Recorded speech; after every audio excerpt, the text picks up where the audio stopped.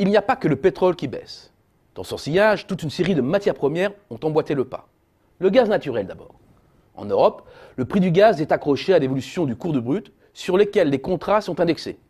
Le baril précède donc de quelques mois le gaz.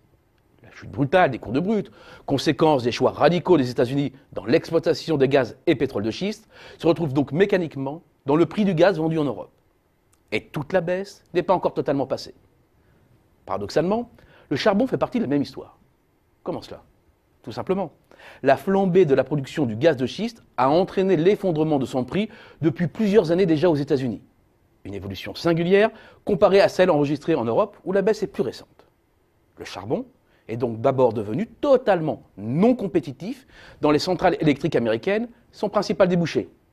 Ceci a bien évidemment incité les producteurs de charbon à aller chercher de nouveaux débouchés ailleurs sur les marchés internationaux, diffusant sa baisse sur l'ensemble du marché mondial.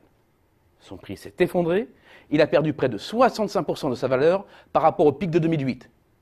Et lorsque les prix de l'énergie baissent, ceux des métaux aussi, comme le montre l'évolution de l'indice GSCI couvrant les métaux industriels, et la chute s'est même accélérée en fin de période. Là aussi, le mouvement de repli est impressionnant, moins 37% depuis le début 2011. Et parmi les grands métaux, le cuivre est particulièrement malmené.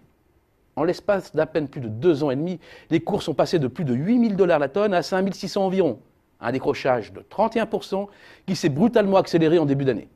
C'est inquiétant car on retrouve du cuivre dans le bâtiment, les transports, la machine-outil, l'électronique, une variété qui lui permet de s'affranchir, en temps normal, des à-coups de tel ou tel marché. Son décrochage est donc bien le signe que le malaise est général et profond. Et tous les regards se portent sur le réel état de santé des émergents en général, et plus particulièrement de la Chine. La situation n'est pas beaucoup plus bruyante du côté des métaux précieux. Malgré un léger mouvement haussier courant janvier, la tendance générale est à la baisse et devrait le rester compte tenu du lien entre le dollar et le métal jaune qui joue traditionnellement le rôle d'assurance contre le risque de change pour les investisseurs détenant des actifs en dollars. Ce qui explique le chemin inverse pris par les cours du billet vert et celui de l'or. Un lien qui existe aussi avec les grands marchés agricoles. Un dollar fort, c'est un pouvoir d'achat en baisse pour de nombreux pays qui doivent s'approvisionner sur les marchés mondiaux. Ajoutez à cela des conditions climatiques favorables et le cocktail d'une descente des prix agricoles est prêt.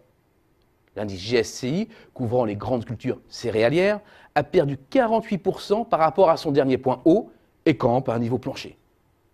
Tout baisse, rien ne monte. 2015 s'annonce comme une année très singulière et rien ne laisse supposer un changement de tendance avant le second semestre.